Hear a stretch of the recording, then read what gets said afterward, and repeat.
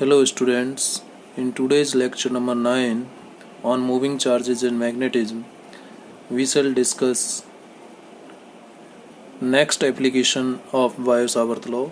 We already have discussed first application of Biot-Savart law, which was magnetic field due to a straight finitely long current carrying wire. Now we discuss second application, magnetic field at center of a current carrying circular loop. Magnetic field calculate करना है at centre, किसके centre पर? Current carrying circular loop. So we consider one circular loop, consider that this is the circular loop, this is the circular loop, right? This is the circular loop of radius small r. Let O be the center of this circular loop. O be the center of this circular loop, and consider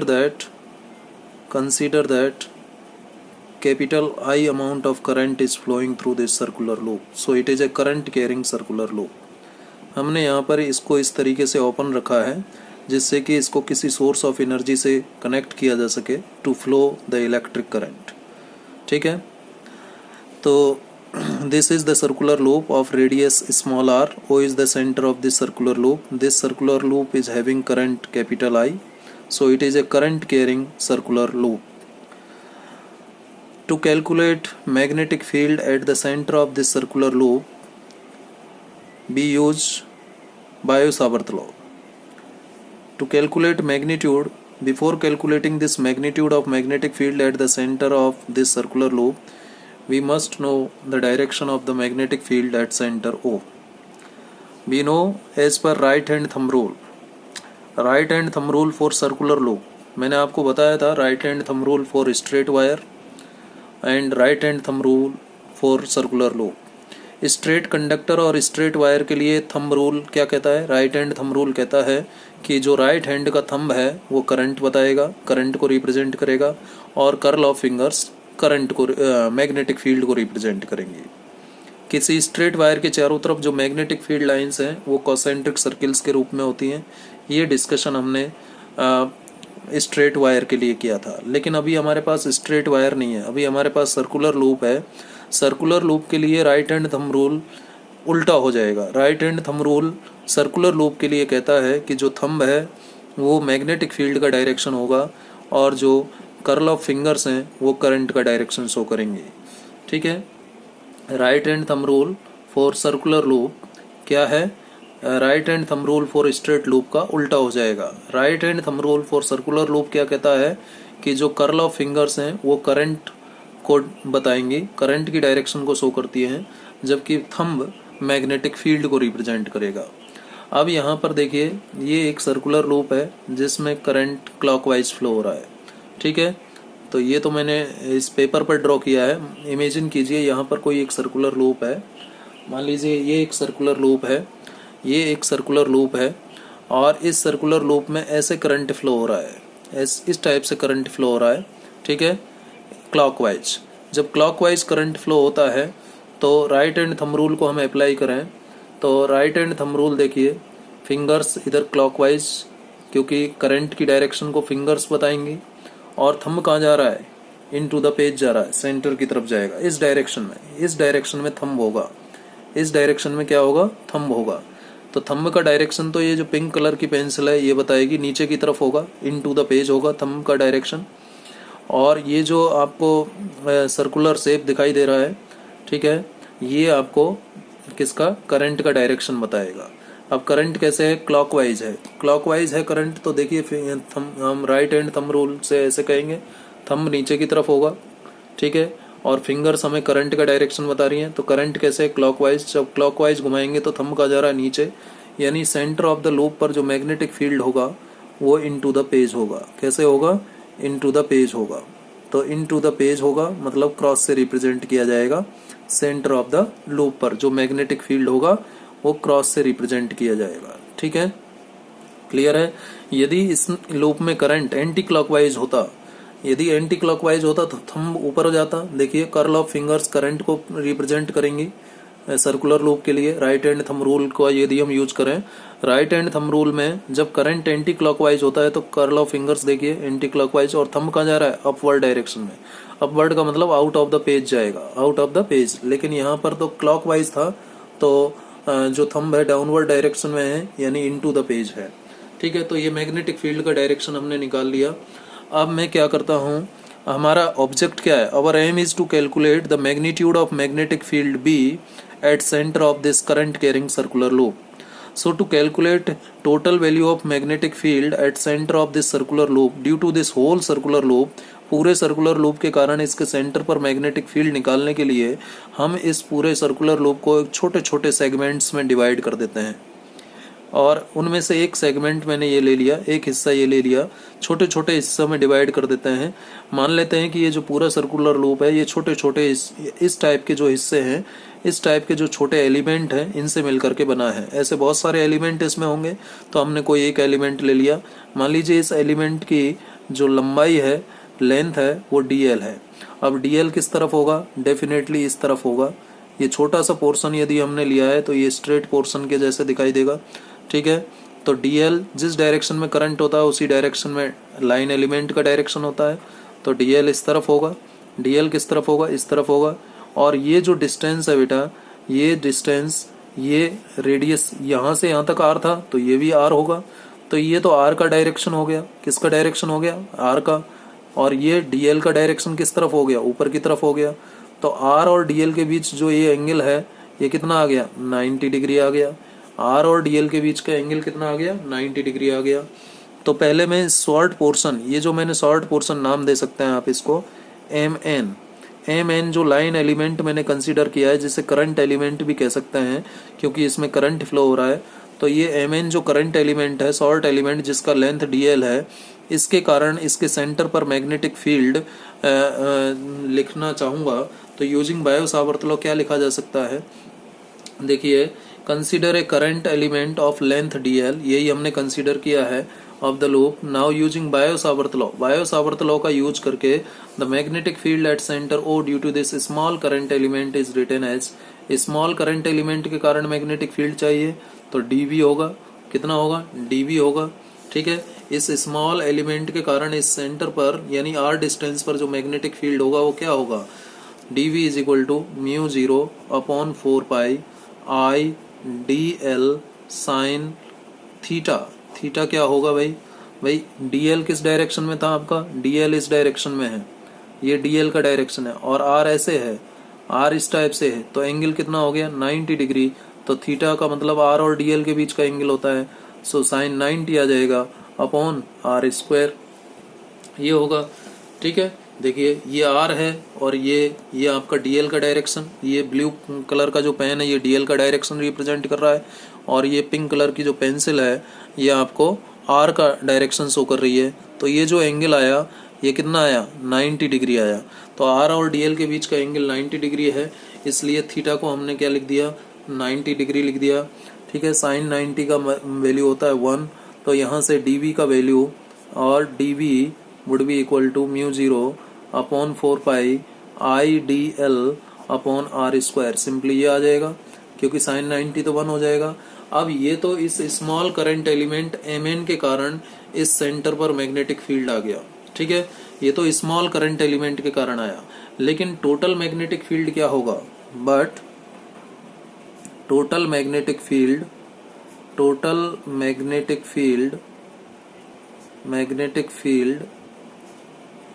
due to whole circular current carrying loop having single turn. अब मैंने यहाँ पर क्या लिखा है, single turn का मतलब क्या है, सिंगल टर्न का मतलब केवल एक चक्कर है, ये वायर का एक टर्न लिया है हमने। ऐसे ही बहुत सारे टर्न हो सकते हैं ना, हमने अभी केवल एक सिंगल टर्न की बात की है। सिंगल टर्न के लिए मैग्नेटिक फील्ड, यदि वायर को एक बार घुमा के ऐसे सर्किल बना दिया जाए तो वो सिंगल टर्न का सर्कुलर लूप कहलाएगा। अब उस सिंगल टर्न के सर्कुलर लूप के कारण उसके सेंटर पर जो टोटल मैग्नेटिक फील्ड होगा यूजिंग बायो-सावर्त लॉ, तो वो क्या लिखा जाएगा, इस इक्वेशन का क्या करना पड़ेगा, हमें इंटीग्रेशन करना पड़ेगा। डीवी, इस इक्वेशन का हमें क्या करना पड़ेगा, इंटीग्रेशन करना पड़ेगा। तो इंटीग्रेशन डीवी और इधर integration mu 0 upon 4 pi I d l upon r square, ये आएगा। अब डीवी का इंटीग्रेशन हो गया बी, कहाँ से कहाँ, 0 से बी होगा, 0 magnetic field to maximum value. और इधर देखिए म्यू 0 अपॉन 4 पाई तो बाहर आ जाएगा, आई भी बाहर आ जाएगा क्योंकि करंट भी कांस्टेंट रहेगा, रेडियस ऑफ सर्कुलर लूप भी कांस्टेंट है तो आर स्क्वायर भी बाहर आ जाएगा। तो चेंज किस में आया, इस डीएल में चेंज आया। इंटीग्रेशन डीएल क्या होगा, इंटीग्रेशन डीएल क्या होना चाहिए भाई, इंटीग्रेशन डीएल इस सर्कुलर लूप की टोटल लेंथ को बताएगा इंटीग्रेशन डीएल, और जो किसके बराबर हो जाएगा, एल के बराबर हो गया, 0 से एल, एल यदि टोटल लेंथ है, ठीक है, डीएल तो स्मॉल एलिमेंट का लेंथ था और एल टोटल लेंथ है पूरे इस सर्कल की, इस पूरे सर्कुलर लूप की टोटल जो लेंथ है वो कितनी है, एल है। तो एल इसकी सरकमफ्रेंस के बराबर होगा, एल इसकी किसके बराबर होगा, सरकमफ्रेंस के बराबर होगा, क्योंकि रेडियस आर है तो एल बराबर 2 पाई आर होगा, होगा या नहीं होगा, तो एल बराबर 2 पाई आर होगा। तो इसमें एल की जगह हम 2 पाई आर लिख दें तो वी बराबर क्या आ जाएगा, फिर वी बराबर क्या आ जाएगा, म्यू 0 अपॉन 4 पाई, ठीक है, आई अपॉन आर स्क्वायर और इसकी जगह 2 पाई आर। तो देखिए पाई से पाई कैंसिल, 2 से ये 4 कैंसिल, 2 और आर से एक स्मॉल आर कैंसिल। तो वी का वैल्यू क्या आ गया, mu 0 I upon 2 r, mu 0 I upon 2 r. ये मैग्नेटिक फील्ड आ गया at centre of circular loop. तो सेंटर ऑफ सर्कुलर लूप पर जो मैग्नेटिक फील्ड है, सेंटर ऑफ सर्कुलर लूप पर जो मैग्नेटिक फील्ड है, therefore magnetic field at centre of circular loop क्या आ गया, म्यू 0 आई अपॉन 2 आर, इस तरीके से लिखा जा सकता है। ये टोटल मैग्नेटिक फील्ड आ गया सर्कुलर करंट कैरिंग लूप के सेंटर पर, जिसको आप ऐसे भी लिख सकते हैं भाई, यदि मैं इसमें देखिए, क्योंकि म्यू 0 अपॉन 4 पाई का वैल्यू हमें पता है, तो चलिए बाद में बताऊंगा मैं आपको, अभी आपको इतना ध्यान रखना है, म्यू 0 आई अपॉन 2 आर ये मैग्नेटिक फील्ड है सेंटर ऑफ सर्कुलर लूप पर, ठीक है। तो इस सेंटर ऑफ सर्कुलर लूप पर जो मैग्नेटिक फील्ड है वो कैसे आ रहा है, इनवर्स प्रोपोर्शनल आ रहा है, किसके, आर के, क्योंकि म्यू 0 कांस्टेंट है, 2 कांस्टेंट है, करंट भी उसमें कांस्टेंट है, तो स्मॉल आर यानी रेडियस के इनवर्सली प्रोपोर्शनल है। यानी जितना कम रेडियस का सर्कुलर लूप होगा मैग्नेटिक फील्ड उतना ही स्ट्रांग होगा, जितना ज़्यादा रेडियस का सर्कुलर लूप होगा सेंटर पर मैग्नेटिक फील्ड उतना ही कम हो जाएगा। तो सेंटर पर जो मैग्नेटिक फील्ड है वो डिपेंड करेगा कि किस रेडियस का सर्कुलर लूप है। और देखिए V directly proportional to I भी है, करंट बढ़ाओगे तो मैग्नेटिक फील्ड बढ़ रहा है, ठीक है, करंट बढ़ाएंगे तो मैग्नेटिक फील्ड बढ़ रहा है, करंट कम करेंगे तो मैग्नेटिक फील्ड कम हो रहा है। ये इम्पॉर्टेंट है, V is inversely proportional to R। ये इम्पॉर्टेंट क्यों है कि भाई छोटा सर्किल है, छोटा सर्कुलर लूप है, करंट कैरिंग सर्कुलर लूप, छोटा सर्कुलर लूप है जिसकी रेडियस कम है, तो मैग्नेटिक फील्ड स्ट्रांग होगा, बी एट द सेंटर क्या होगा, स्ट्रांग मैग्नेटिक फील्ड होगा सेंटर पर, ठीक है। और यदि बड़ा रेडियस का सर्किल है, बड़ा रेडियस का सर्किल है तो इसके कंपैरिजन में यहाँ पर जो मैग्नेटिक फील्ड है वो कैसा होगा, लो मैग्नेटिक फील्ड होगा, ठीक है, क्योंकि आर बढ़ने से वी कम हो रहा है और आर कम होने से वी ज़्यादा हो रहा है। तो कम रेडियस का सर्किल है, सर्कुलर लूप है, तो उसके सेंटर पर मैग्नेटिक फील्ड स्ट्रांग होगा। बड़ा रेडियस का सर्कुलर लूप है तो उसके सेंटर पर magnetic field as compare to previous case कम होगा। तो ये बात हो गई magnetic field due to a current carrying circular loop at its centre. किसी सर्कुलर लूप जिसमें करंट फ्लो हो रहा है उसके कारण उसके सेंटर पर जो मैग्नेटिक फील्ड है म्यू 0 आई अपॉन 2 आर आता है, ध्यान रखिएगा, ठीक है। अब जो डायरेक्शन ऑफ मैग्नेटिक फील्ड है वो भी हम जरा डिस्कस कर लें। डायरेक्शन ऑफ मैग्नेटिक फील्ड की यदि हम बात करें तो डायरेक्शन ऑफ मैग्नेटिक फील्ड कैसे दी जाती है इसके बारे में भी हमें चर्चा करनी होगी। तो डायरेक्शन ऑफ मैग्नेटिक फील्ड अभी थोड़ी देर पहले मैंने बताया आपको कि मैग्नेटिक फील्ड का जो डायरेक्शन है वो दिया जाता है राइट हैंड थंब रूल से। राइट हैंड थंब रूल क्या कहता है, right hand thumb rule circular loop के लिए क्या कह रहा है? सर्कुलर लूप के लिए राइट हैंड थंब रूल कहता है कि जो फिंगर्स हैं वो तो किसका डायरेक्शन बताएंगे? फिंगर्स बताएंगे करंट का डायरेक्शन, और जो थंब है वो मैग्नेटिक फील्ड का डायरेक्शन बताएगा। ठीक है, और यहाँ पर एक बात और देख लीजिए भाई, डायरेक्शन पर जाने से पहले ये जो फॉर्मूला मैंने डिराइव किया है ये मैग्नेटिक फील्ड है for a circular loop having single turn. ये तो किसके लिए है? फॉर करंट केयरिंग, ये ध्यान रखना जरा, current caring circular loop having single turn. यदि किसी सर्कुलर लूप में केवल सिंगल टर्न है तो ये फॉर्मूला हो जाएगा। अब यदि मैं कहूं कि if capital N number of turns are there in the circular loop, यदि सर्कुलर लूप में capital N number of turns हैं तो मैग्नेटिक फील्ड क्या होगा? भाई ये सिंगल लूप था, सिंगल टर्न का लूप था, ऐसे ही इसमें डबल हो जाए, जैसे एक लूप, दो लूप, तीन लूप, चार लूप। तो ये जो है ये एक लूप है, ये दूसरा लूप है, ये तीसरा लूप है, ये चार लूप है। तो सिंगल टर्न के कारण तो हमने ये निकाल लिया। अब ऐसे ही इसमें इस सर्कुलर में इस स्ट्रक्चर में यदि हम लूप की संख्या एक से ज्यादा कर दें, 2 कर दें तो डबल हो जाएगा मैग्नेटिक फील्ड सेंटर पर, 3 कर दें तो 3 टाइम्स हो जाएगा, 4 कर दें तो 4 टाइम्स हो जाएगा। यदि n नंबर ऑफ टर्न्स किया है तो मैग्नेटिक फील्ड कितना हो जाएगा? μ0I/2r, ये मल्टीप्लाई हो जाएगा n से। ठीक है, जिसको आप ऐसे भी लिख सकते हैं μ0NI/2r, इस तरीके से भी लिख सकते हैं। ठीक है, तो जितने नंबर ऑफ टर्न्स होंगे मैग्नेटिक फील्ड उतना टाइम्स हो जाएगा। यदि n नंबर ऑफ टर्न्स है सेंटर पर, मैग्नेटिक फील्ड n टाइम्स हो जाएगा। ठीक है, तो एक बात ये ध्यान रखना। अब डायरेक्शन ऑफ मैग्नेटिक फील्ड की पर आ जाते हैं हम।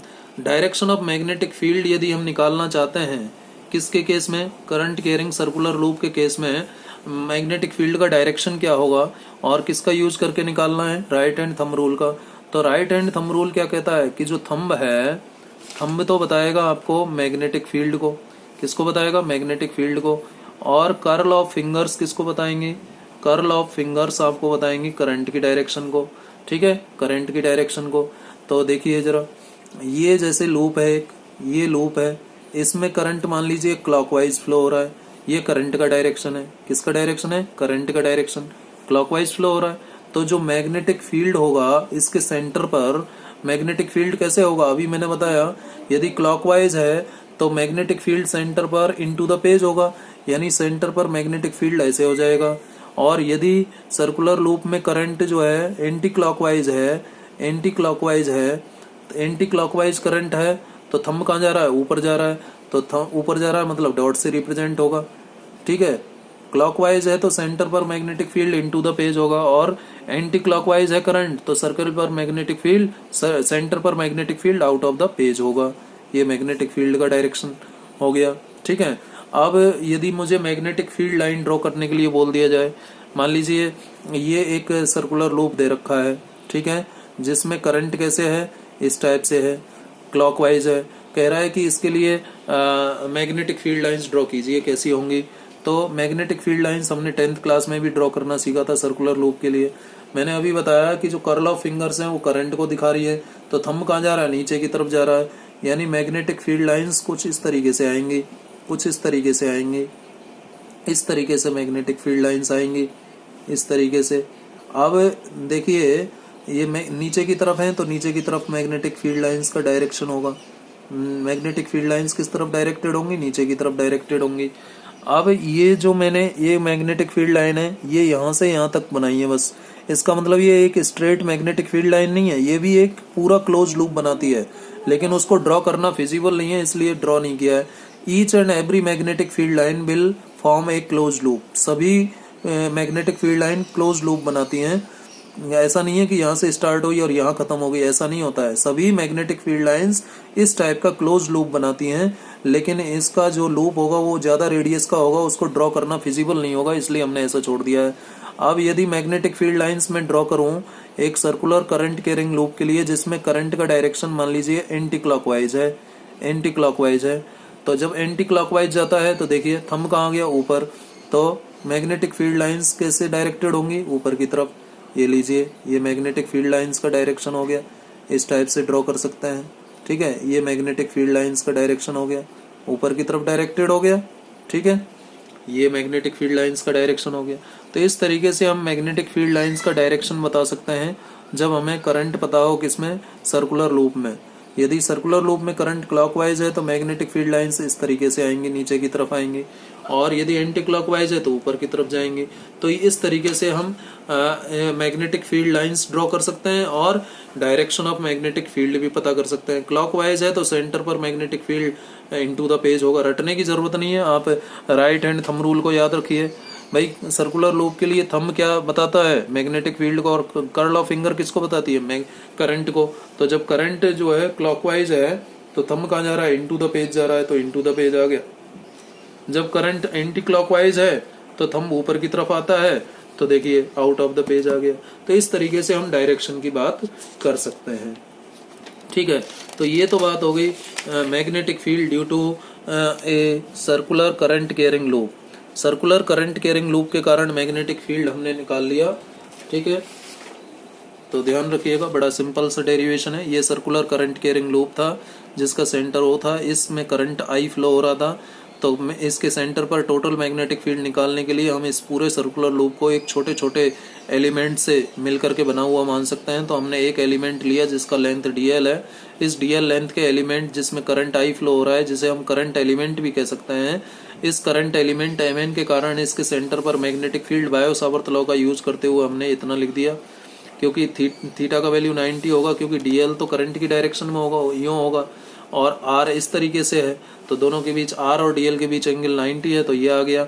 अब टोटल मैग्नेटिक फील्ड निकालना है तो मुझे इस इक्वेशन का इंटीग्रेशन करना पड़ेगा। ये इंटीग्रेशन किया, म्यू जीरो का इंटीग्रेशन नहीं होगा, i का नहीं होगा, 4 पाई का नहीं होगा, r का नहीं होगा, रेडियस का, dl का इंटीग्रेशन, टोटल लेंथ आ गई। अब टोटल लेंथ जो है सर्कुलर लूप की उसकी सरकमफ्रेंस के बराबर होती है, 2 पाई r, रेडियस क्या है r, तो l बराबर 2 पाई r आ गया। तो फॉर्मूला क्या बना, फॉर्मूला बन गया हमारा b is equal to mu zero I upon 2r। ये रिलेशन आ गया, b is equal to mu zero I upon 2r। ये तो मैग्नेटिक फील्ड आया ऐसे सर्कुलर करंट कैरिंग लूप के लिए जिसमें सिंगल टर्न है। ठीक है, यदि number of turns capital n है तो n से मल्टीप्लाई हो जाएगा, जितने नंबर ऑफ टर्न्स होंगे उतना टाइम्स मैग्नेटिक फील्ड सेंटर पर बढ़ जाएगा सर्कुलर लूप के। तो सर्कुलर लूप पर जो मैग्नेटिक सेंटर पर जो मैग्नेटिक फील्ड है सर्कुलर लूप के, वो रेडियस ऑफ सर्कुलर लूप के इनवर्सली प्रोपोर्शनल होता है, करंट के डायरेक्टली प्रोपोर्शनल होता है। डायरेक्शन ऑफ मैग्नेटिक फील्ड पता करने के लिए हमने right hand thumb rule use किया। थंब कहता है मैग्नेटिक फील्ड का डायरेक्शन और कर्ल ऑफ फिंगर बताती है करंट का डायरेक्शन। तो जब करंट क्लॉकवाइज है तो थंब नीचे की तरफ जाएगा तो इनटू द पेज आ जाएगा सेंटर पर मैग्नेटिक फील्ड का डायरेक्शन, और जब करंट एंटी क्लॉकवाइज है तो थंब ऊपर की तरफ है यानी सेंटर पर magnetic field out of the page आ जाएगा। और इस तरीके से मैग्नेटिक फील्ड लाइंस भी ड्रॉ की जा सकती है। ठीक है, तो ये बात हुई सर्कुलर करंट कैरिंग लूप के कारण उसके सेंटर पर मैग्नेटिक फील्ड का मैग्नीट्यूड और डायरेक्शन। अब हम बात करते हैं कुछ न्यूमेरिकल प्रॉब्लम्स, इस कॉन्सेप्ट पर बेस्ड न्यूमेरिकल प्रॉब्लम्स डिस्कस कर लेते हैं। देखिए, पहला न्यूमेरिकल प्रॉब्लम है a straight wire carrying a current of 12 ampere. A straight wire carrying a current of 12 ampere, यही न्यूमेरिकल प्रॉब्लम है पहला, यस यही है। A straight wire carrying a current of 12 ampere is went into a semi circular arc. एक straight wire है, एक कैसा wire है, स्ट्रेट वायर है, और स्ट्रेट वायर जिसमें करंट कितना फ्लो हो रहा है, 12 एम्पियर फ्लो हो रहा है। एक स्ट्रेट वायर जिसमें करंट का वैल्यू 12 एम्पियर है, ऐसे स्ट्रेट वायर को मोड़ा गया है, बेंट माने मोड़ा गया है, into a semi circular arc. कैसी आर्क में, सेमी सर्कुलर आर्क में मोड़ा गया है। ठीक है, तो सेमी सर्कुलर आर्क में मोड़ा गया है।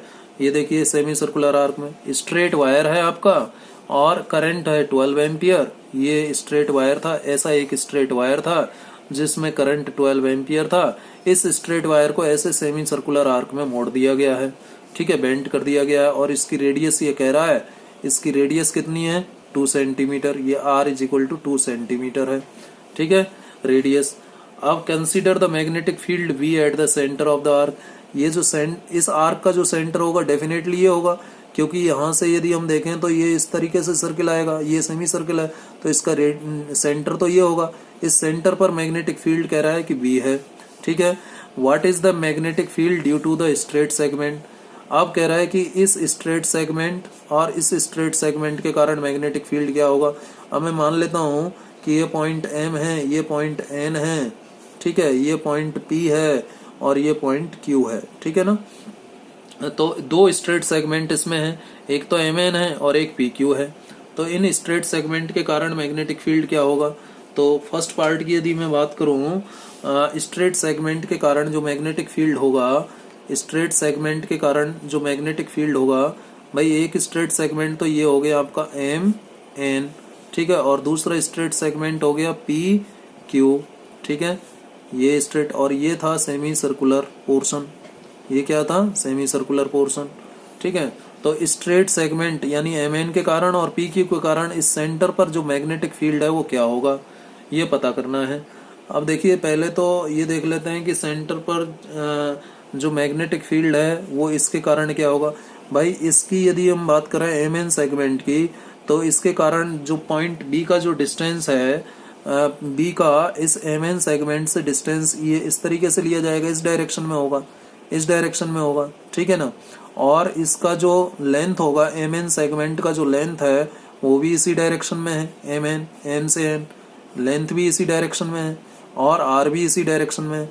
जब R और DL दोनों सेम डायरेक्शन में होंगे, जब R और DL दोनों सेम डायरेक्शन में होंगे, तो इस फॉर्मूले से μ0/4π यदि मैं वेक्टर फॉर्म में बायो सावर्त लॉ को लिखूं तो इस तरीके से लिख सकता हूं, DL क्रॉस R, ठीक है, अपॉन R3, इस तरीके से लिखा जाता है। या फिर लिखें मैग्नीट्यूड लिखें तो dV is equal to μ0/4π IDL sine theta upon R², ये आता है। तो जब R और DL MN पोर्शन की बात कर रहे हैं, four segment MN R and DL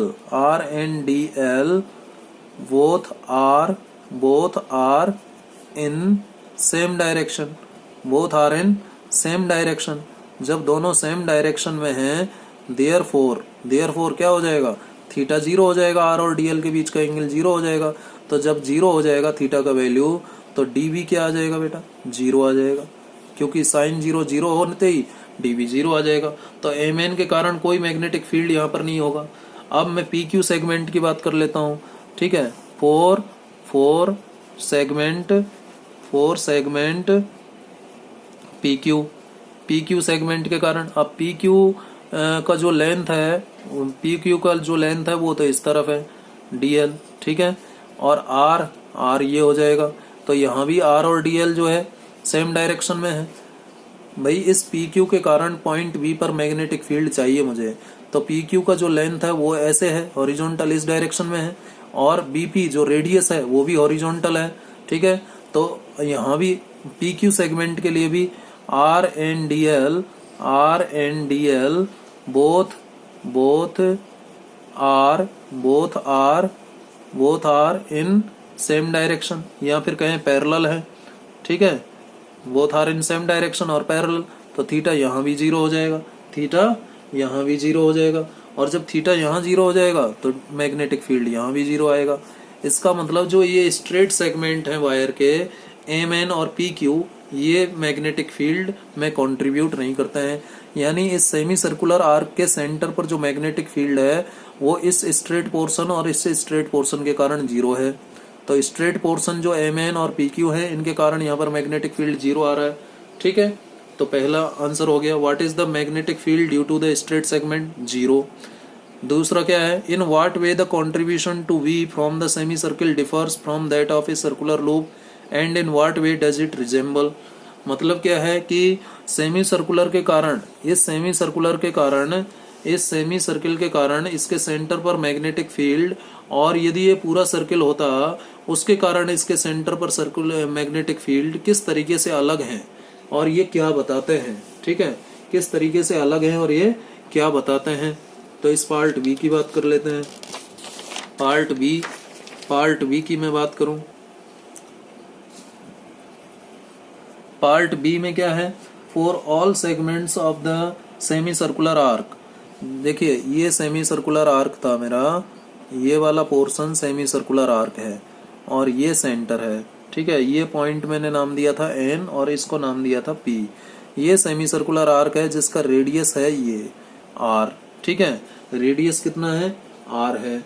तो for all segments of semi circular arc d l and r, d l और आर की जो वैल्यू है वो परपेंडिकुलर होगी। भाई यहाँ यदि आर इसको लेता हूं मैं, यदि आर इसको लेता हूं तो डीएल ऐसे होगा, ठीक है। यदि आर इसको लेता हूं तो डीएल ऐसे होगा, ये छोटा सा सेगमेंट होगा, ठीक है। यदि आर इसको लेता हूं तो डीएल ऐसे लेना पड़ेगा। तो डीएल और आर के बीच का एंगल क्या आ रहा है, 90 है। D l and r, d l and r both are perpendicular to each other for each segment of, segment मतलब element, line element, for each segment और एलिमेंट ऑफ सेमी सर्किल के लिए, सेमी सर्किल का जो प्रत्येक सेगमेंट है भाई, ये वाला सेगमेंट लेंगे तो डीएल इस तरफ होगा, ऊपर की तरफ ऐसे होगा, और आर ऐसे है तो 90 डिग्री एंगल बन गया। कितना बन गया, 90। अगर यहाँ पर लिया तो यहाँ भी 90 डिग्री एंगल बन रहा है। ये सेगमेंट लेते हैं तब भी एंगल 90 डिग्री बन रहा है।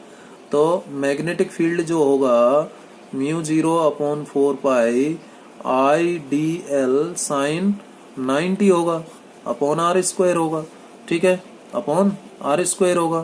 तो क्या आ जाएगा, μ0/4 पाई IDL अपॉन आर स्क्वायर। ये डी भी आया, ये तो एक सेगमेंट के कारण आया, लेकिन मुझे सेमी सर्किल के कारण चाहिए। तो since for a circular loop of radius small r, magnetic field कितना आया था, μ0I/2r, ये आया था ये। Therefore for a semi circular loop कह सकते हो या सेमी सर्किल कह सकते हो, semi circular loop of radius r, magnetic field कितना हो जाएगा, इसका आधा हो जाएगा, सेमी सर्किल के लिए आधा हो जाएगा, किसका, μ0I/2r का, ठीक है, ये हो जाएगा। अब ये मैग्नेटिक फील्ड आप निकालना चाहो तो निकाल सकते हो, 1/2, और 2 ये है ऑलरेडी, तो 4 हो जाएगा। चलो उसको बाद में रख लेंगे। म्यू जीरो का वैल्यू 4 पाई इंटू 10⁻⁻7 होता है। आई का वैल्यू कितना है, करंट इसमें दे रखा है 12 एम्पियर है, कितना है, 12 एम्पियर, ठीक है। μ0I/2 इंटू आर कितना है, r radius of semi circular arc 2 centimetre, 2 into 10⁻⁻2 हो जाएगा, ठीक है। 2 6 जा 12, 2 3 जा 6, ठीक है, 2 2 जा 4, तो कितना आ गया, 2 पाई इंटू 3, और ये -2 ऊपर जाएगा तो 10⁻⁻5 हो जाएगा, +2 हो जाएगा, ठीक है, +2 हो जाएगा। और यदि इसको मैं करूं 6, और ये होता है 3 पाई का मतलब 3.14, और ये 6 हो गया इंटू 10⁻⁻5, ठीक है। तो इसको मैं सॉल्व करूं तो जो v का वैल्यू आएगा तो लगभग 1.9 इंटू 10⁻⁻4 टेस्ला, ये मैग्नेटिक फील्ड आ जाएगा सेमी सर्किल के कारण। किसके कारण, सेमी सर्किल के कारण सेंटर पर जो मैग्नेटिक फील्ड आएगा, भाई ये जो सेमी सर्किल था इसके कारण यहाँ सेंटर पर जो मैग्नेटिक फील्ड आएगा वो कितना आ गया, 1.9 इंटू 10⁻⁻4 टेस्ला, ये आ गया, ठीक है। अब जो मैग्नेटिक फील्ड का डायरेक्शन यहाँ जो होगा, मैग्नेटिक फील्ड का डायरेक्शन क्या होगा, अब करंट कैसे है सर्किल, सेमी सर्किल में क्लॉकवाइज है, तो थंब कहाँ जा रहा है, इनटू द पेज जा रहा है, नीचे की तरफ है, क्लॉकवाइज है, तो यहाँ पर जो मैग्नेटिक फील्ड है वो किससे रिप्रेजेंट किया जाएगा, क्रॉस से, यहाँ पर जो मैग्नेटिक फील्ड है वो किससे रिप्रेजेंट किया जाएगा, क्रॉस से रिप्रेजेंट किया जाएगा। ठीक है, तो कितना हो जाएगा, क्रॉस से रिप्रेजेंट किया जाएगा। ठीक है ना, यानी magnetic field will be perpendicular to the plane of the paper going into it, into the page होगा। मैग्नेटिक फील्ड का डायरेक्शन क्या आ गया, इनटू द पेज। ये कैसा आ गया, into the page, directed into the page. ठीक है, अब सी पार्ट क्या कह रहा है इसका देखते हैं। C part, would your answer be different if the wire were bent into a semicircular arc of the same radius but in opposite way as shown in the figure? यानी ऊपर की तरफ सेमी सर्किल बनाने के बजाय नीचे की तरफ सेमी सर्किल बनाते हुए वही वायर है, same amount of current flow हो रहा है, रेडियस भी वही रख रहे हैं हम सेमी सर्किल का, तो क्या आंसर बदलेगा? आंसर यानी मैग्नीट्यूड ऑफ मैग्नेटिक फील्ड, यदि करंट का डायरेक्शन हम वही रख रहे हैं, ठीक है, करंट का डायरेक्शन हमारा वही है, कितना है, करंट का डायरेक्शन हमारा 12 एम्पियर है। कितना है, 12 एम्पियर, पहले भी इतना ही था। और रेडियस ऑफ सेमी सर्कुल ये भी उतना ही रहेगा, कितना, 2 सेंटीमीटर रेडियस। तो क्या मैग्नीट्यूड ऑफ मैग्नेटिक फील्ड बदलेगा? Magnitude of magnetic field, magnitude of magnetic field at centre of semicircle will be same as that of part B। Part B में जितना आया, part B small B, part B portion B में जो हमने calculation की कितनी आई, 1.9 into 10⁻⁻⁴ Tesla, यही होगा। तो चेंज क्या होगा, ओनली थिंग इज दैट कि अब जो करंट है वो करंट कैसे जा रहा है, एंटी क्लॉकवाइज जा रहा है। सर्कुलर में ये जो सेमी सर्किल है इसमें करंट कैसे जा रहा है, एंटी क्लॉकवाइज। तो जब एंटी क्लॉकवाइज जाता है तो थंब कहाँ आ रहा है, ऊपर आ रहा है। तो यहाँ पर जो मैग्नेटिक फील्ड होगा वो आउट ऑफ द पेज हो जाएगा।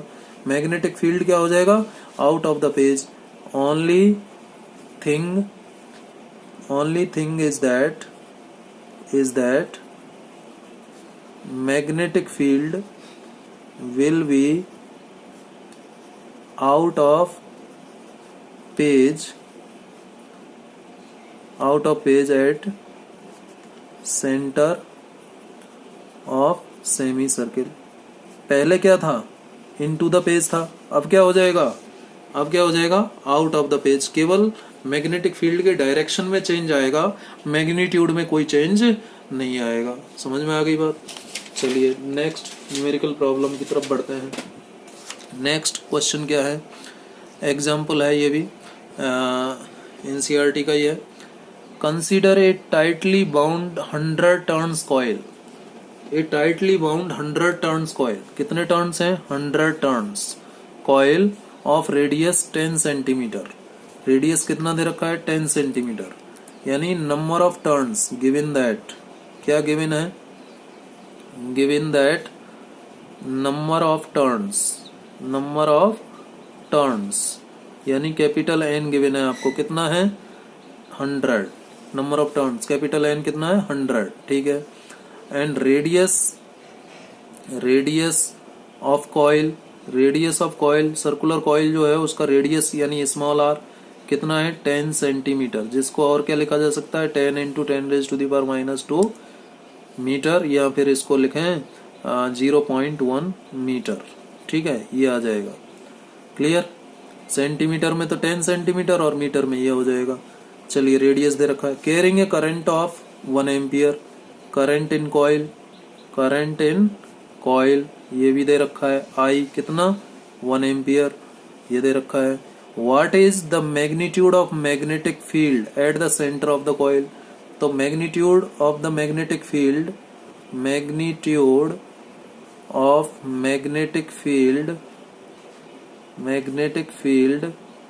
एट सेंटर ऑफ कॉइल, ठीक है, कितना हो जाएगा भाई। जनरल फॉर्मूला तो होता है μ0I/2r सिंगल टर्न के लिए, लेकिन हमारे पास यहाँ 100 टर्न्स हैं तो n से मल्टीप्लाई करना पड़ेगा। ठीक है, तो यहाँ n की जगह क्या रखूँगा मैं 100 इंटू म्यू ज़ीरो की जगह क्या लिखा 4 पाई इंटू 10⁻⁻⁷ म्यू ज़ीरो का वैल्यू होता है। और I कितना है 1 है, ठीक है, 1 एम्पियर करंट फ्लो हो रहा है। 2 R कितना है 0.1 है। सॉल्व करें इसको तो V इज इक्वल टू, देखिए यहाँ से 2 से ये 4 कैंसिल हुआ 2 आ गया, ठीक है, और 0.1 ऊपर जाएगा 0.1 मतलब 1 इंटू 10⁻⁻⁻1 और ऊपर जाएगा तो +1 यानी -6 रह जाएगा। -6 और ये 2 जीरो और हैं तो 4 हो जाएगा। तो 2 पाई इंटू 10⁻⁻4 2 पाई इंटू 10⁻⁻4। या फिर कहूँ इसको क्या लिख सकते हैं, पाई की वैल्यू रखो 2 इंटू पाई की वैल्यू क्या होती है 3.14 इंटू 10⁻⁻4। सॉल्व करें तो b का वैल्यू जो आएगा आपका आएगा 2 4 जा 8 2 1 जा 2 2 3 जा 6 6.28 इंटू 10⁻⁻4 टेस्ला। ये मैग्नेटिक फील्ड आ जाएगा एट सेंटर ऑफ कॉइल, ठीक है, 6.28 इंटू 10⁻⁻4 टेस्ला, ये आ जाएगा, ठीक है। तो ये एक सिंपल सा आसान सा न्यूमेरिकल प्रॉब्लम था। ध्यान क्या रखना है कि 100 टर्न्स की कॉइल है तो 100 से मल्टीप्लाई होगा। म्यू 0 I/2R तो सिंगल टर्न के कारण होता है, तो नंबर ऑफ टर्न से मल्टीप्लाई करके फॉर्मूले को लिखना है, ठीक है। चलिए नेक्स्ट न्यूमेरिकल की बात करते हैं। नेक्स्ट न्यूमेरिकल है एक्सरसाइज से, NCERT एक्सरसाइज का क्वेश्चन नंबर 1 है। और ये क्वेश्चन नंबर 1 क्या कह रहा है, देखिए, a circular coil of wire, a circular coil, कैसी कॉइल है, सर्कुलर कॉइल है। A circular coil of wire consisting of 100 turns, कितने टर्न्स हैं सर्कुलर कॉइल में 100 टर्न्स हैं। वायर की एक सर्कुलर कॉइल है जिसमें नंबर ऑफ टर्न्स 100 हैं। Each of radius 8 centimetre, each of radius 8 centimetre carries a current of 0.40 ampere, carries a current of 0.40 ampere. What is the magnitude of the magnetic field at center of the coil?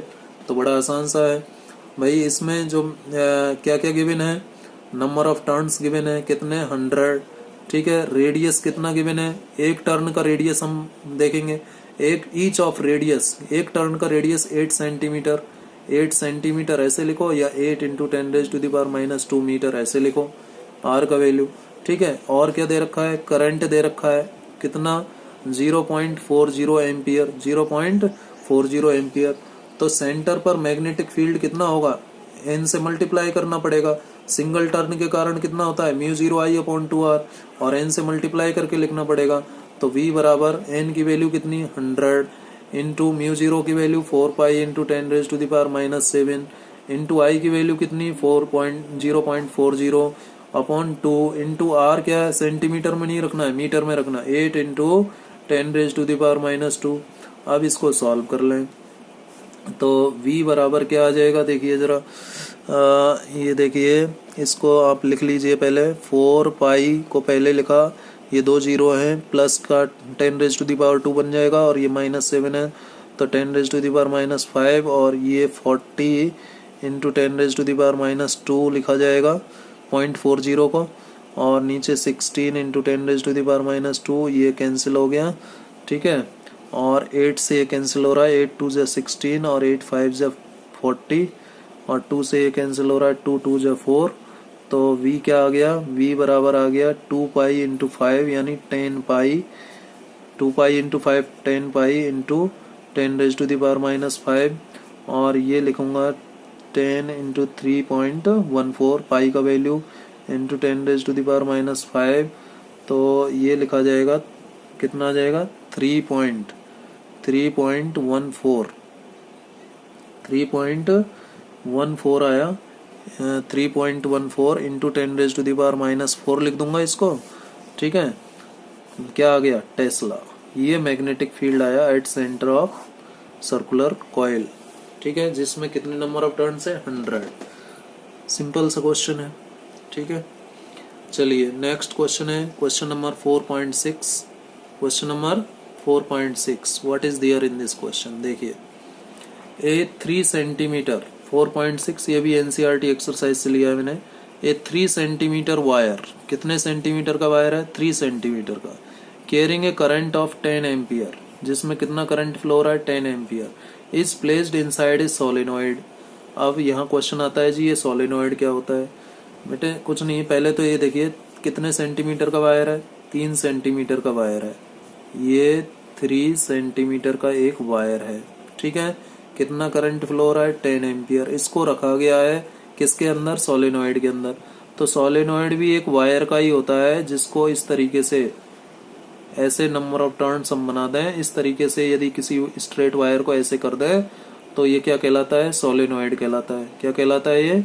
Solenoid, ठीक है, ये solenoid कहलाता है। अब solenoid perpendicular to its axis, और solenoid का ये कहलाता है एक्सिस। क्या कहलाता है ये? Axis of solenoid. ये एक्सिस डॉटेड लाइन जो मैंने बनाई है ये एक्सिस है सोलेनॉइड की। अब इस एक्सिस ऑफ सोलेनॉइड के परपेंडिकुलर रखा है वायर को, यानी वायर को इस तरीके से रखा। ये पी क्यू वायर है और ये पी क्यू वायर को मैंने यहाँ ऐसे रख दिया है, ठीक है, जिसमें करंट फ्लो हो रहा है 10 एम्पियर, ठीक है। अब इस सोलेनॉइड का अपना मैग्नेटिक फील्ड है। Magnetic field inside the solenoid is given to be इतना। Magnetic field inside the solenoid, solenoid के अंदर जो मैग्नेटिक फील्ड है वो कितना है? 0.27 टेस्ला, ठीक है, ये है। अब what is the magnetic force on the wire? इस वायर पर मैग्नेटिक फोर्स कितना लगेगा? लगेगा या नहीं लगेगा? भाई जब किसी करंट कैरिंग वायर को, अब यहाँ पर ऑलरेडी किस जगह रखा है हमने इस वायर पी क्यू को? एक ऐसी जगह रखा है, यानी सोलेनॉइड के अंदर रखा है, और ऐसी सोलेनॉइड जिसका अपना कुछ मैग्नेटिक फील्ड है। तो सोलेनॉइड के कारण इतना मैग्नेटिक फील्ड है। सोलेनॉइड के अंदर रखने का मतलब इस वायर को हमने इस मैग्नेटिक फील्ड में रखा है। तो जब किसी करंट कैरिंग वायर को मैग्नेटिक फील्ड में रखते हैं तो जो मैग्नेटिक फोर्स एक्सपीरियंस होता है वो कितना होता है? ILB sine theta. अब यहाँ I कितना है? I वायर में फ्लो होने वाला करंट 10, और लेंथ कितनी है वायर की? 3 सेंटीमीटर, या फिर लिखूं मैं इतना मीटर, ठीक है, यही तो हुआ।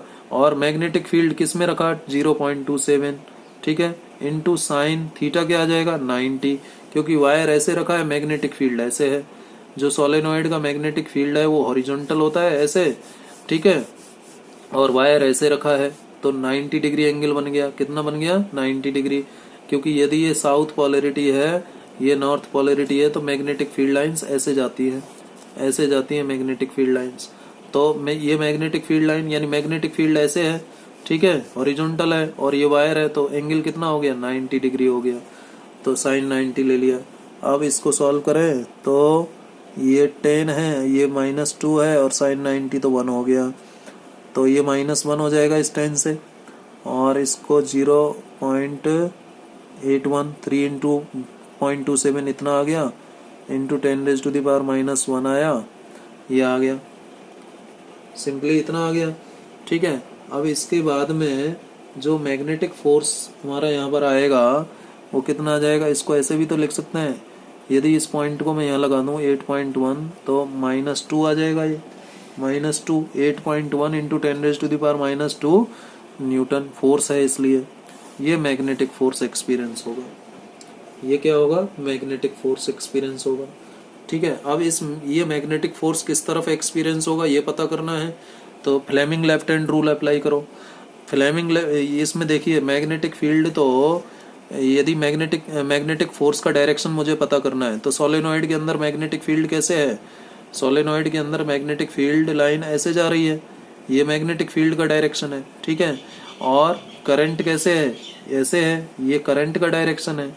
तो करंट, ये मिडिल फिंगर करंट, ये left hand Fleming left hand rule लगा रहा हूँ, तो मिडिल फिंगर करंट की डायरेक्शन में, ये मैग्नेटिक फील्ड की डायरेक्शन में। थंब कहाँ चला गया? ऊपर चला गया। थंब ऊपर जाने का मतलब ये ऊपर की तरफ मैग्नेटिक फोर्स एक्सपीरियंस करेगा, ठीक है, अपवर्ड डायरेक्शन में मैग्नेटिक फोर्स एक्सपीरियंस करेगा। तो फ्लेमिंग लेफ्ट हैंड रूल से हम मैग्नेटिक फोर्स भी पता कर सकते हैं। चलिए, ये एक आसान सा सवाल था।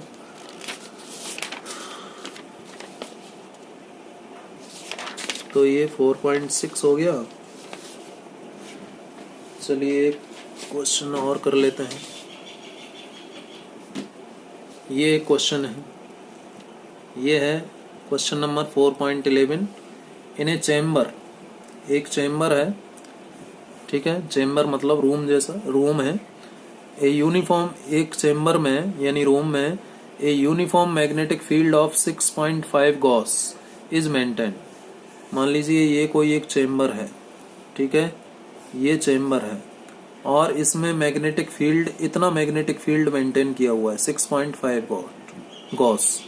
An electron is shot into the magnetic field with A speed, और इस चैम्बर में जिसमें मैग्नेटिक फील्ड है, ठीक है, उसमें एक इलेक्ट्रॉन को शॉर्ट किया जाता है, भेजा जाता है गन की हेल्प से, ठीक है, विद ए स्पीड इतना नॉर्मल टू द फील्ड। मान लीजिए इसमें जो मैग्नेटिक फील्ड है, मान लेता हूँ इनटू द पेज है, भाई रूम के अंदर जो मैग्नेटिक फील्ड का डायरेक्शन है वो ये है, और कितना ये मैग्नेटिक फील्ड 6.5 गॉस, 6.5 गॉस या फिर 6.5 इंटू 10⁻⁻⁴ टेस्ला, इतना मैग्नेटिक फील्ड है इसमें।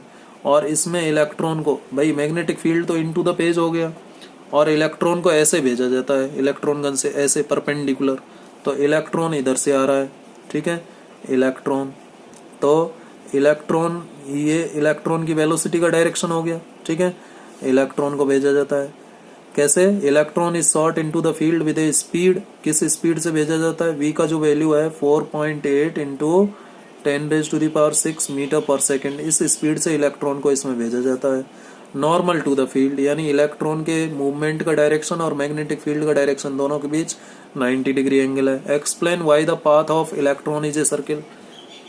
भाई electrons path will be a circle because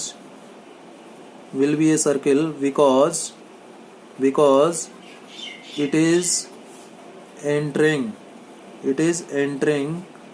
into magnetic field normally। कैसे एंटर कर रहा है, नॉर्मली, यानी परपेंडिकुलर डायरेक्शन से एंटर कर रहा है, नॉर्मली एंटर कर रहा है। therefore electron will experience magnetic force which will be equal to centripetal force, ठीक है, ये एक्सपीरियंस करेगा कौन, इलेक्ट्रॉन, ठीक है, इलेक्ट्रॉन ये फोर्स एक्सपीरियंस करेगा। अब Fm कितना होगा इलेक्ट्रॉन के लिए, भाई Fm क्या होता है, चार्ज पार्टिकल के द्वारा एक्सपीरियंस किया गया फोर्स, इतना होगा, और चार्ज पार्टिकल इलेक्ट्रॉन है तो Q की जगह E हो जाएगा, VV, और साइन 90 हो जाएगा, परपेंडिकुलर डायरेक्शन से एंट्री कर रहा है, तो कितना आ गया इलेक्ट्रॉन के द्वारा एक्सपीरियंस किया गया मैग्नेटिक फोर्स, EVV आ गया, ठीक है, और ये कितना है, mv²/r है, ठीक है, mv²/r है। तो यहाँ पर मैं r की वैल्यू यदि निकालूं तो v से एक v कैंसिल हुआ, mv/ev ये आएगा। अब यहाँ पर m मास ऑफ इलेक्ट्रॉन कितना है, 9.1 इंटू 10⁻⁻31, और v कितना है 4.8 इंटू 10⁻⁶ मीटर पर सेकेंड, और e 1.6 इंटू 10⁻⁻19, ठीक है, ये है। और b मैग्नेटिक फील्ड कितना है 6.5 इंटू 10⁻⁻⁴ टेस्ला। जब इसको मैं कैलकुलेट करूंगा तो लगभग 4.2 इंटू 10⁻⁻² मीटर, या फिर मैं कहूँ कि 4.2 सेंटीमीटर, यानी इलेक्ट्रॉन जो है इस रेडियस का सर्कुलर पाथ फॉलो करेगा, इस रेडियस का सर्किल बनाएगा इलेक्ट्रॉन, क्योंकि इसको क्या मिल रहा है, सेंट्रीपिटल फोर्स मिल रहा है। कौन प्रोवाइड कर रहा है, मैग्नेटिक फोर्स प्रोवाइड कर रहा है, ठीक है। आगे कह रहा है determine the radius of circular orbit, ये निकाल लिया। इस रेडियस का सर्कुलर पाथ फॉलो करेगा कौन, इलेक्ट्रॉन, जब ये इस चैम्बर में जाएगा तो, क्योंकि ये परपेंडिकुलर डायरेक्शन से जा रहा है इलेक्ट्रॉन, और परपेंडिकुलर डायरेक्शन से जब मैग्नेटिक फील्ड में कोई चार्ज पार्टिकल एंटर करता है तो उसे सेंट्रीपिटल फोर्स मिलता है, जो कि मैग्नेटिक फोर्स के बराबर होता है। ये सेंट्रीपिटल फोर्स उस चार्ज पार्टिकल यानी इलेक्ट्रॉन को सर्कुलर पाथ में भेज देगा। किस रेडियस के सर्कुलर पाथ में भेजेगा, इस कंडीशन से निकाल लिया, इतने इस रेडियस के सर्कुलर पाथ में भेजेगा, ठीक है। अब यदि इसी क्वेश्चन में, नेक्स्ट क्वेश्चन भी इसी क्वेश्चन के ऊपर बेस्ड है, 4.12, ये भी एक्सरसाइज का क्वेश्चन है। Obtain the frequency of revolution, कि जो इलेक्ट्रॉन सर्कुलर पाथ में घूम रहा है इस क्वेश्चन में, उसकी फ्रीक्वेंसी क्या होगी, ठीक है। Does the answer depend on speed of electron? भाई ये तो क्लियर है, जो फ्रीक्वेंसी है वो स्पीड ऑफ इलेक्ट्रॉन पर तो डिपेंड करती ही नहीं है। ये तो हमने डेरिवेशन में ही पढ़ा था कि जो फ्रीक्वेंसी है इलेक्ट्रॉन की, फ्रीक्वेंसी ऑफ इलेक्ट्रॉन, ठीक है, या फिर कहीं कोई और चार्ज पार्टिकल है, हमारे केस में इलेक्ट्रॉन है, charge particle does not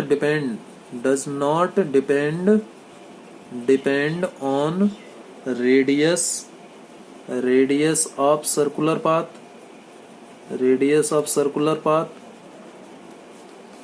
as well as velocity of electron या चार्ज पार्टिकल। ना तो वेलोसिटी पर डिपेंड करता है और ना ही रेडियस पर डिपेंड करता है। यानी जो फ्रीक्वेंसी का फॉर्मूला आता है वो हमारा क्या आता है, QV/2πm। ध्यान आ रहा होगा आपको, ठीक है, क्योंकि T का वैल्यू आता है 2πm/QV, तो इसका उल्टा ये आ जाएगा, T = क्या होता है, 1/f होता है, ठीक है।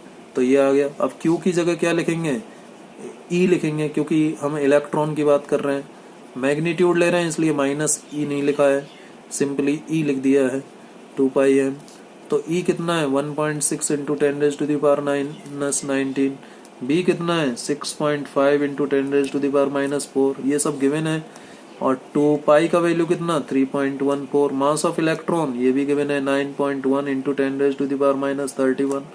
जब इसको हम सॉल्व करते हैं तो लगभग आ जाएगा कितना, 18.18 × 10⁻6 हर्ट्ज, ठीक है, इतना आ जाएगा। या फिर मैं इसको 10⁻6 को और क्या कह सकता हूँ, मेगा, तो 10⁻18 मेगा हर्ट्ज ऐसे भी लिख सकते हैं फ्रीक्वेंसी को, ठीक है। और फ्रीक्वेंसी किस पर डिपेंड नहीं करता, frequency does not depend on speed of electron, ये ध्यान रखिएगा। तो इस तरीके से इस क्वेश्चन को सॉल्व किया जा सकता है, ठीक है। ये बात हुई इस लेक्चर में। हमने भाई क्या बात किया, सर्कुलर करंट कैरिंग लूप के सेंटर पर मैग्नेटिक फील्ड निकाला, कितना आया, μ0I/2r यदि सिंगल टर्न है तो, और यदि capital N number of turns हैं उसमें, तो जो मैग्नेटिक फील्ड का वैल्यू आया सर्कुलर लूप के सेंटर पर जो मैग्नेटिक फील्ड हमने निकाला, देखिए ये कैलकुलेशन हमने ऑलरेडी की है। सर्कुलर लूप के सेंटर पर मैग्नेटिक फील्ड हमारा ये आया, इस लेक्चर में हमने ये बात की थी, यदि n नंबर ऑफ टर्न्स हैं तो n से मल्टीप्लाई हो जाएगा। फिर हमने डायरेक्शन ऑफ मैग्नेटिक फील्ड की बात की, ठीक है, यदि क्लॉकवाइज है तो इनटू द पेज और एंटी क्लॉकवाइज है तो out of the page, using right hand thumb rule.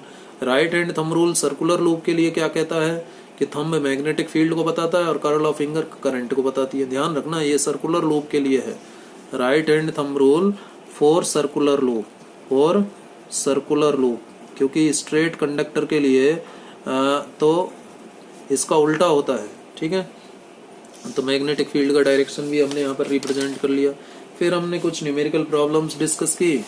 अब इसके अलावा भी कुछ और न्यूमेरिकल प्रॉब्लम्स हैं जो हम नेक्स्ट लेक्चर में डिस्कस करेंगे, ठीक है। इसकी जो एडिशनल एक्सरसाइज है NCERT की, उसमें भी कुछ अच्छे न्यूमेरिकल प्रॉब्लम्स हैं, वो भी हम डिस्कस करेंगे। तो इस लेक्चर में इतना ही। Thank you very much.